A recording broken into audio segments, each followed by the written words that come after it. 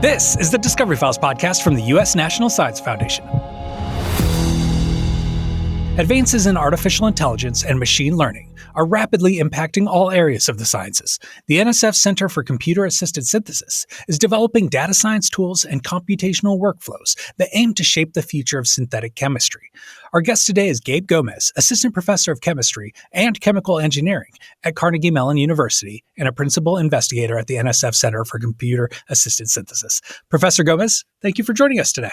Hey, thanks for having me. I like to start with a little bit of the background stuff, and I want to know, when you were a younger person, what first caught your imagination with chemistry? So I grew up in a place that there are no scientists. I grew up in the countryside of a small town in Rio, the state in Brazil. What happened was that I really liked sciences, of course, in school, and the school that I was in particular had a technician program, and I went on to pursue that program. So you did both the technician program and your high school at the same time. And during that process, two things were happening. Number one, I was asking a lot of questions that the professors or teachers would say, well, you learned that if you go to college. And number two, the oldest university in Brazil, and the university in that state, Federal University of Rio de Janeiro, held a very nice symposium for a week. That's called Week of Chemistry, where folks would come from all over the state to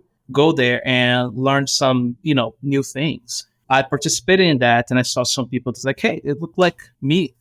No one in my family had gone to college, so I decided to try, and I didn't get it in the first time.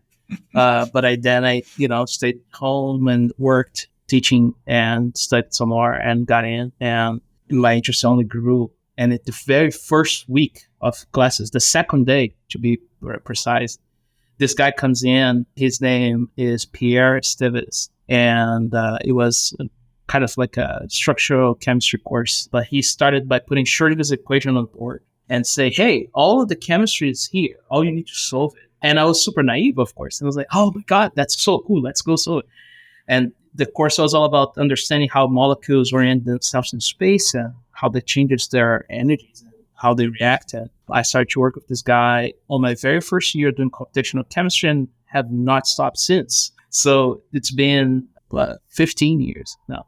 So what brought you into investigating chemistry and artificial intelligence and machine learning and having these things kind of cross into each other? So from the very beginning, I was fascinated by computers, even though I actually didn't have one until I was in college. And when working with this guy, I started to do computational organic chemistry, physical organic chemistry. That led me to my PhD also in those fields at Florida State. And while I was doing my PhD, I was seeing a lot of the developments in AI for all sorts of things.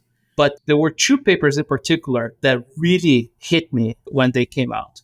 First one was a paper from the Aspuro Guzzi group. Was a preprint that they had, was a variation autoencoder, the idea that you could optimize molecules via their properties. And the other one was by someone that later one would be my colleague here at Carnegie Mellon. So his office is 3 floors below mine, Alexander Isaev, where we are collaborators, with friends. And he had the paper in 2017 showing how artificial intelligence could dramatically speed the process of computational chemistry. And I thought that combining these technologies would be the future. When I wanted to go for my postdoc, I wanted to challenge myself the most. And I ended up going to the Aspuro Guzzi group when they were moving from Harvard to University of Toronto. And I was there in the Vector Institute for Artificial Intelligence, where I was machine learning, robotics, to develop new catalysts. It was awesome. Bringing into your current work a little bit, you're a PI at this NSF Center for Computer-Assisted Synthesis. So I would like to hear a little bit about what the center is, and maybe more broadly, what is computer-assisted synthesis? Oh, yeah, this is fascinating. CCAS, right, the Center for Computer-Assisted Synthesis, is a phase 2 NSF Center for Chemical Innovation. It counts with about 20 PIs, and the idea is, how can we change how we think about synthesis by incorporating ideas from data science, machine learning, and some automation? CCAS was started before I was when I was a postdoc, actually, and I started to interact with those folks then. And the idea really is to dramatically cut out the time that we have to invest into exploring or optimizing, and no more doing naive searches, but rather have computational models that can guide you really well throughout a synthetic process, be it for a total synthesis of a natural product or developing a new material or developing those steps in the synthetic routes of a new pharmaceutical. And the way it goes starts with first data science and, being able to aggregate data to extract information in such a way that informs the next experiments. But now we are going more towards generative models and how we can use those to accelerate our processes. I think that brings us to the paper that brought your work to my attention here, is something called Coscientist. So what is Coscientist? Coscientist is your co-pilot for science. We developed a system that from a single English prompt, so very simple, can autonomously plan, design, and execute complex scientific experiments. Because we are chemists, we tend to focus on chemistry tasks, but the reality is that we built Coscientists to be totally field agnostic. So we, in fact, even have done lots of things that are more on biology and engineering as well. Coscientists can help you with anything in an end-to-end approach for your scientific endeavors. So in our case, we have connected Coscientists to two different robotic systems, one in my lab and another one in a cloud lab. And again, from a single English prompt that you tell Coscientist, it can go and, for example, optimize a chemical reaction for you, or it can go and write the code to run the experiments that you would want to run with these robots, which is something that I really wanted to have in order to democratize this kind of technology. So, and I think one of the examples that I saw was that it was capable of doing a specific experiment that won a 2010 Nobel Prize for the original. Yeah. So Suzuki couplings, Sonogashira couplings, those are amazing chemical reactions developed by humans that allow for us to forge carbon-carbon bonds in a way that otherwise it can be pretty difficult. So back in the 70s, Suzuki and Miyaura developed the first ideas on this and worked throughout the process. And those are some of the reactions that are most used in academia and in industry nowadays, palladium catalyzed carbon-carbon bond forming reactions. We asked scientists a simple question: perform these reactions. And what's interesting here is that all we gave to Coscientist was a description of what he had available to do, nothing else. Right? Now, those two reactions are similar, but not the same. There are subtle differences between them that make them distinct. And we never trained Coscientist to do any of this. Coscientist just is able to sort that out. So first, very much like I would do with any of us, if I don't know about something, I first look it up and I try to learn as much as I can about that. Then I make a summary, and that's what Coscientist does as well. Then differentiates between the two. The Coscientist see what's available to be able to perform those reactions in our robot, selects the appropriate reagents for each of the reactions, calculates how much it needs of each of those solutions, and then he writes the codes for the robot to run the experiment. And then he runs the experiment. And we then essentially had something that, to me, when I first realized it, was quite profound. This is the very first time that non-organic intelligence was able to plan, design, and execute complex scientific experiments, in this case, complex chemical reactions that were developed by humans without us really having to drive it. It was powerful.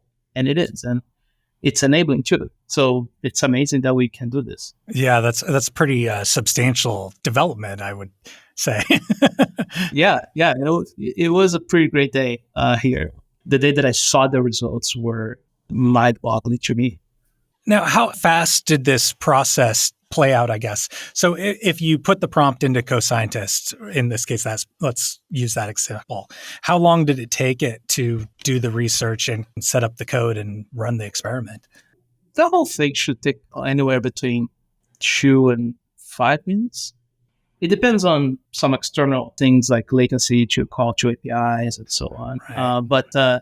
Yeah, we actually did some comparisons against some really smart people and asked them the same test and gave them the same tools. And the fastest person took about 15 minutes, but their code was wrong.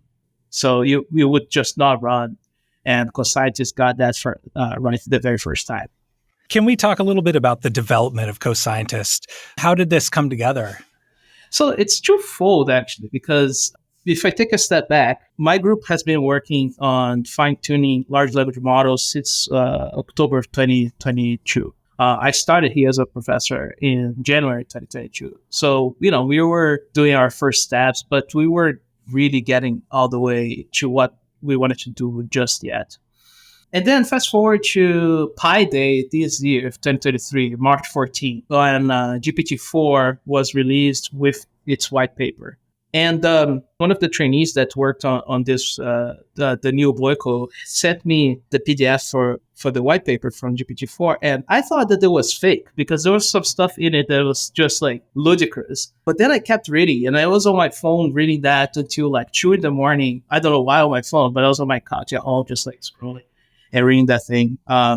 And it clicked for me something immediately, which was, here at Carnegie Mellon, we are going to open in 2024 the very first academic cloud lab in the world. It's the idea that you can submit experiments to a remote facility that has a mix of technicians and machines to perform those experiments. And you submit that as code. So the idea is awesome. But I was kind of worried with the fact that many of us physical scientists are not necessarily interested in having to run yet another thing in order to be able to run our experiments. So it clicked for me. We can use these new versions of the large language models to translate plain English into the codes that goes into this. And I remember waking up on the Sunday right after this, March 14th. I woke up 6 a.m. with this in my mind. I was like, oh my God. And I messaged my trainees, the Neil and Robert, and I said, hey, here's a little prototype. It's kind of janky, but it does what it's supposed to do. Why don't you guys try to make it better? They ran with it, right? So the Neil, the next day, Monday, say, come to the office. AGI is here. I was like, man, you cannot joke about this stuff. So I come in and he shows me these first results. And I'm like, what? I'm not going to curse because that's what I actually said. But, you can imagine. And it was amazing seeing that. And from there, we really saw, okay, we have lightning in a bottle here. We have to really make sure that this is developed fast. So we start to work like crazy on this. It was very, very, very fast, very intense, sleeping very little, and working really hard. And we were able to put out the preprint on April 11th. All of this to say, I really have to emphasize, number one, working with amazing trainees like Daniel Boyko and Robert McKnight was critical for us to be able to do this as fast as we did. Number two, we were at the right place at the right time because we had been already toying around with these ideas, but not being all successful at it. And really, when these things clicked, we were able to push it together. But the version of the Coscientist that is in the preprint form is far, far different from the one that is in this final version of the paper. This one that we have is much, much, much better. And it can do a lot more things too. So that's pretty awesome. There's a lot of fear kind of culturally about AI right now. And I know you've built some safeguards into the technology. What do you do to make it safe and usable? We make sure that we are exploring everything that could possibly be misused a priori. And we are also being incredibly open and honest about what we find, either with the companies that make these models or with government partners. And it's abundantly clear that there is room for improvement, but I will also say that in comparison to where we were when the preprint came out, I am incredibly optimistic.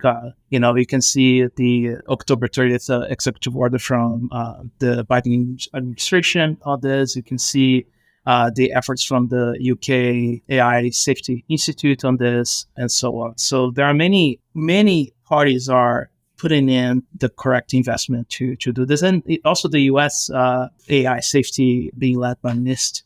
What we do is, number one, it's not like anyone can just go and use Coscientist, right? So it is something that we are being very, very deliberate about that. Number two is that we have implemented some guardrails that basically will stop if a user tries to do something that would be nefarious. But there's much, much, much more to be done. So heading towards the end here, what are the next steps with Coscientist? Are you excited about what, say, the next generation of GPT is going to do? There's a lot of work going on. There's a lot to be done. But one of the things I would say is that we are going to be making a version of Coscientist for our colleagues in CCAS and CCES, as well as CMU Cloud Lab and the community at Carnegie Mellon. And we also are starting a company about this, because while we absolutely love our roles in academia and how we do research, there are things that we do need to do at a faster pace with more capital that does not exist in academic research. And for that, we are starting a company, the new Boico AI, that is focused on making Coscientist a product that will be available for larger and larger audiences. Of course, we do not want to rush anything, especially because of safety. But certainly, these are the next steps that will allow for folks to really transform how they do research. The development of these technologies will have massive impacts on how we do research, but also in society. And it's not every day that as a scientist, you face that.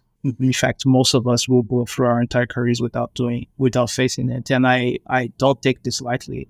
I think that we have to be open, honest, and we want to move fast because we want these technologies to be available to everyone, and so that we can accelerate research. But the reality is that we also have to be responsible and thoughtful with how we do things so that people don't get a bad deal out of it. The people of this country, the people that have, with their tax monies, funded a lot of developments that land us to be. So the last question I'm going to ask you is, I see an organ and a number of records behind you. So I have to ask you about how music impacts your work. It's everything. I love music that challenges me.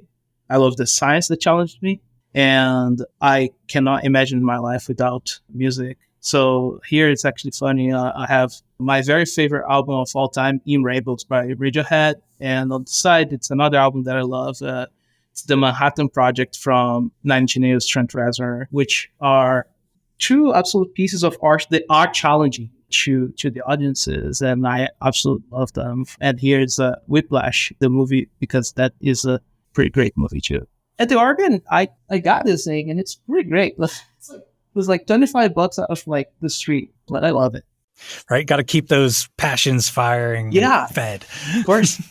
Special thanks to Gabe Gomes and Jason Stoughton. For the Discovery Files, I'm Nate Podker. You can watch a video version of this conversation on our YouTube and Roku channels by searching at NSF Science. Please subscribe wherever you get podcasts, and if you like our program, share with a friend and consider leaving a review.